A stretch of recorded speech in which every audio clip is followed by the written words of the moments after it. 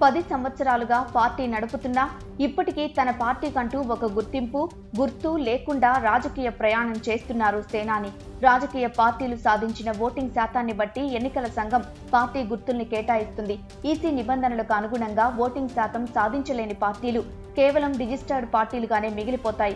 2019 ఎన్నికల్లో జనసేన పార్టీకి తక్కువ శాతం ఓటింగ్ నమోదైన నేపథ్యంలో ఎన్నికల సంఘం జనసేన పార్టీ గాజు గ్లాసు గుర్తును ఫ్రీ సింబల్స్ జాబితాలో చేర్చింది.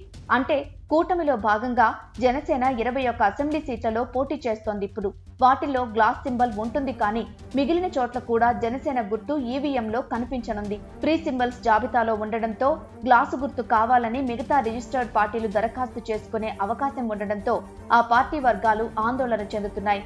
జనసేన పోటీ చేసే 21 స్థానాల్లోనే కాకుండా మిగిలిన 154 స్థానాల్లో పోటీ చేసే ఇండిపెండెంట్లకి ఫ్రీ సింబల్ గా జనసేన గాజు గ్లాసు గుర్తుని కేటాయించాలనే ఎన్నికల కమిషన్ నిర్ణయం జనసేన నేతలతో పాటు కూటమి అభ్యర్థులకు కూడా నష్టమే. జనసేన పోటీ చేయని చోట టీడీపీ, బీజేపీ అభ్యర్థులు చేస్తారు. వారికి జనసేన నుండి ఓట్ ట్రాన్స్ఫర్ జరగాలి. మరి ఆ స్థానాల్లో గాజు గ్లాసు గుర్తును ఇండిపెండెంట్లకు కేటాయిస్తే సరైన అవగాహన లేని ఓటర్లు జనసేన పార్టీ అనుకుని గాజు గ్లాసుకు ఓటు వేసే అవకాశం ఉంటుంది. దీంతో టీడీపీ, బీజేపీలకు దక్కాల్సిన ఓట్లు వేరే పార్టీ వాళ్లకు పడతాయి. వైసీపీ వాళ్లు కావాలనే గ్లాస్ గుర్తుకి ఓటు వేయండని ఫ్రీ సింబల్స్ ఉన్న చోట ప్రచారం చేసే ప్రమాదమూ ఉంది.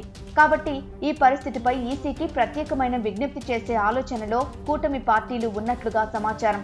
అయితే ఇంకో పక్క 10 ఏళ్లు పాలిటిక్స్ లో ఉండి కనీసం గుర్తు కూడా సాధించలేకపోయాడనే విమర్శలు పవన్ పై వెల్లువెత్తుతున్నాయి.